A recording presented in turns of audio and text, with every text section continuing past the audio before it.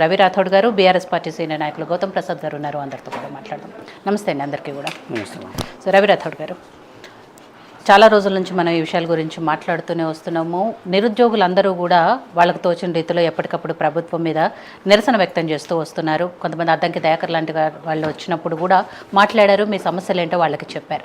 అయినా కూడా ఎక్కడ పరిష్కారం దొరకకపోవడంతో ఇవాళ చలో గాంధీ భవన్కు పిలుపునిచ్చారు. మీరు ఏదైతే మీ సమస్యలు ఏమున్నాయనేది వినతి పత్రం రూపంలో అక్కడ ఉన్న నాయకులకు ఇవ్వడానికి మీరు వెళ్తారు అని చెప్పారు. కానీ వెళ్ళటానికి ముందే అందరినీ హౌస్ అరెస్ట్ చేశారు. కొంతమంది అక్కడి దాకా ఎలాగో అలా చేరుకున్నా కూడా చేరుకున్న వాళ్ళని కూడా అరెస్ట్ చేసి మీరందరూ కూడా నాకు తెలిసి ఇప్పుడే పోలీసులు మిమ్మల్ని రిలీజ్ చేశారు కాబట్టి డైరెక్ట్గా స్టూడియోకి వచ్చారు. ఏంటి ఇక్కడ ప్రభుత్వం నోటిఫికేషన్ల విషయంలో ఎందుకు క్లారిటీ ఇవ్వట్లేదు, ఎందుకు నోటిఫికేషన్లు ఇవ్వట్లేదు అనుకుంటున్నారు, మిమ్మల్ని కూడా నిరసన తెలిపే పరిస్థితుల్లో ఎందుకు అరెస్టులు చేస్తున్నారు అనేది? ముఖ్యంగా ప్యానెల్లో ఉన్న వాళ్ళందరికీ ధన్యవాదాలు. ఏంటంటే ఈరోజు మేము ఎటువంటి ముట్టడికి పోలేదు. మేము ఈరోజు వినతి పత్రం ఇవ్వడానికి వెళ్ళినాం. ఎందుకు వెళ్ళినాం అనేటువంటి తెలియాలనుకుంటున్నా. ఎందుకంటే కాంగ్రెస్ పార్టీకి చెందినటువంటి వ్యక్తి గౌరవ ఎమ్మెల్సీ అద్దంకి దయాకర్ గారు లైబ్రరీకి వచ్చి మీకు ముఖ్యమంత్రి గారితో డిబేట్ చేయించి మాట్లాడించి మీ సమస్యను నేను పరిష్కరిస్తాను అని చెప్పారు.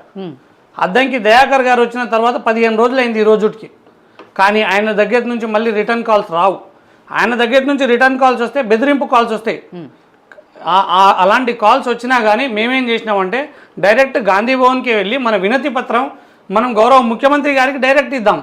గాంధీ భవన్ అనేటువంటిది ప్రజాపాలనలో ప్రజలు ఏ ఒక్కరైనా ఎప్పుడైనా వెళ్ళి వినతి పత్రాలు ఇచ్చుకోవచ్చు అని ఇందిరమ్మ రాజ్యంలో వీళ్ళే అన్నారు కదా. కానీ ఈరోజు మేము అసలు వినతి పత్రాలు ఇవ్వడానికి వెళ్తే ముట్టడికి అని చెప్పి ప్రతి ఒక్కరిని ఎక్కడి పడితే అక్కడ అరెస్టులు చేయడాన్ని మేము తీవ్రంగా ఖండిస్తూ ఉన్నాం. రాత్రి 12 గంటల నుంచి ఇప్పటి వరకు అరెస్టుల పర్వం జరుగుతూనే ఉంది. మేమేమన్నా ఉగ్రవాదులమా, మేమేమన్నా టెర్రరిస్టులమా? కాంగ్రెస్ పార్టీ అధికార ప్రతినిధులు అని చెప్పుకునేటువంటి ప్రతి ఒక్క వ్యక్తి ఇష్టం వచ్చినట్టు మాట్లాడతారు. ఈరోజు గాంధీ భవన్ మేము వినతి పత్రం ఏదైతే ఇవ్వడానికి వెళ్ళినామో మా తరపున చెనగాని దయాకర్ గారు కూడా వచ్చినట్టు అనిపించింది. ఎందుకంటే ఆయన కూడా ఒక నిరుద్యోగి కాంగ్రెస్ పార్టీలో. అక్కడ ఒక పోలీసు వాళ్ళు కూడా చెప్తా ఉన్నారు, బాబు నువ్వు ఎవరు పక్కకు జరగాని అంటా ఉన్నారు. అది మీ పరిస్థితి చెనగాని దయాకర్ గారు. మీరు దగ్గరుండి ప్రతి ఒక్క వ్యక్తిని అరెస్ట్ చేపిస్తూ ఉన్నారు. వాడిని తీసుకెళ్ళండి, వాడిని నూకండి, లోపల వేయండి అని. మీకు ఏ అధికారం ఉంది? మేము అడగకూడదా? గాంధీ భవన్ అనేటువంటిది మీ సొత్తు కాదు. మేము ప్రతి ఒక్కరం వెళ్తాం. అధికార పక్షం దగ్గర ఖచ్చితంగా మేము వెళ్ళి మా యొక్క రిప్రజెంటేషన్ ఇవ్వడానికి మేము వెళ్తే అరెస్ట్ చేపిస్తారా? ఇది ముమ్మాటికి మేము తెలియజేస్తూ ఉన్నాం. తస్మాత్ జాగ్రత్త అని కూడా చెనగాని దయాకర్ గారికి చెప్తా ఉన్నాం. దాంతోపాటు మేడం ఇప్పుడు ఎప్పుడైనా కావచ్చు మా డిమాండ్ అనేటువంటిది మెయిన్. మాకు ఎటువంటి రాజకీయ లబ్ధి కోసం మేము మాట్లాడట్లేదు. మా డిమాండ్ జాబ్ క్యాలెండర్ ఇచ్చేస్తే మా బాధలు మేము పడతాం కదా. జాబ్ క్యాలెండర్ ఇచ్చి ఆ జాబ్ క్యాలెండర్తో పాటు ప్రతి ఏడాది 2 లక్షల యొక్క నోటిఫికేషన్ ఏదైతే ఇస్తామన్నారో అది ఖచ్చితంగా ఇవ్వాల్సిందే. దాంతోపాటు నిరుద్యోగ వృత్తి ఇస్తామన్నారు. ప్రతి ఒక్క స్టూడెంట్కి 4,000 20 నెలలు అయిపోతూ ఉంది. కానీ నిరుద్యోగ వృత్తి ఎక్కడికి వెళ్ళిపోయింది?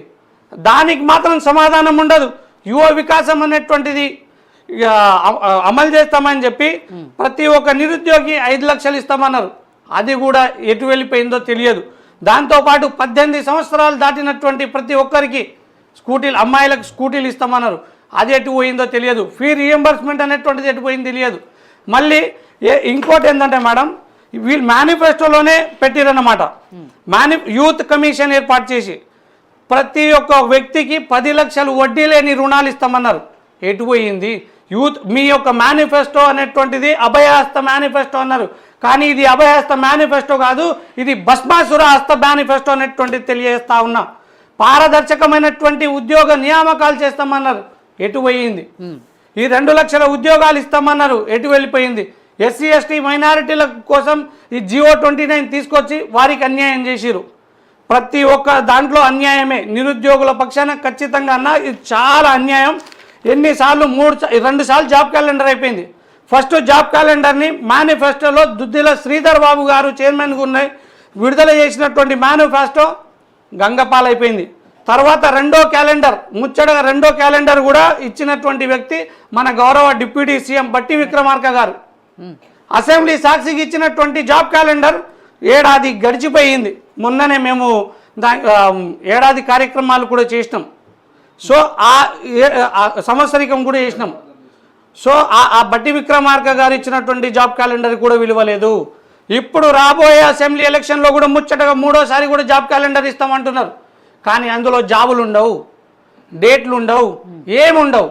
కానీ ఈ కాంగ్రెస్ పార్టీ ప్రభుత్వం మాత్రం ఇష్టం వచ్చినట్టు ఇష్టారాజ్యంగా తామే అంత ఉన్నట్టు. ఇప్పుడు గౌరవ రాహుల్ గాంధీ గారు మీకు టీజీపీఎస్సీ కనిపిస్తలేదా? బీహార్ పబ్లిక్ సర్వీస్ కమిషన్ ముందు పొర్లు దండాలు పెడుతున్నటువంటి రాహుల్ గాంధీ గారు ఈ తెలంగాణలో ఎందుకు రావట్లేదు? తెలంగాణ నిరుద్యోగ యువత మీకు కనిపించట్లేదా? తెలంగాణలో ఉన్నటువంటి వ్యక్తులు నిరుద్యోగులు కాదా? ఓటు బ్యాంకుగా మాత్రమే చూస్తూ ఉన్నారు. దీన్ని మేము ఖండిస్తూ ఉన్నాం. ఎందుకంటే బస్సు యాత్రలు చేయించింది మీరు. ఆనాడు అపోజిషన్లో ఉన్నప్పుడు మా దగ్గర 100ల సార్లు వచ్చారు, ఫోన్లు చేస్తే అప్పటి ఒక్క క్షణంలో మీరు మాట్లాడినటువంటి వ్యక్తులు ఈరోజు అపాయింట్మెంట్ అనేటువంటిది ఇవ్వరు. గాంధీ భవన్కి వస్తే ముట్టడిలు అనేటువంటి ఒక వంక పెట్టి మమ్మల్ని అరెస్ట్ చేస్తూ ఉన్నారు. అరెస్ట్ అయినటువంటి వాళ్ళల్లో విపరీతంగా ఏదో టెర్రరిస్టులను గుంజుకెళ్తా ఉన్నారు. మా మనోభావాలు దెబ్బతింటాయిగా మేడం. మేము చదువుకున్నటువంటి వ్యక్తులం. ఏం చేస్తూ ఉన్నారని మా గ్రామంలో మా ప్రజలందరూ అడిగితే మేమేం చెప్పాలి? అక్కడ పోయి రోడ్ల మీదంగా ఈడ్చుకెళ్తా ఉంటుండే శరం పోతా ఉంది అని తెలియజేస్తా ఉన్నా. అదేవిధంగా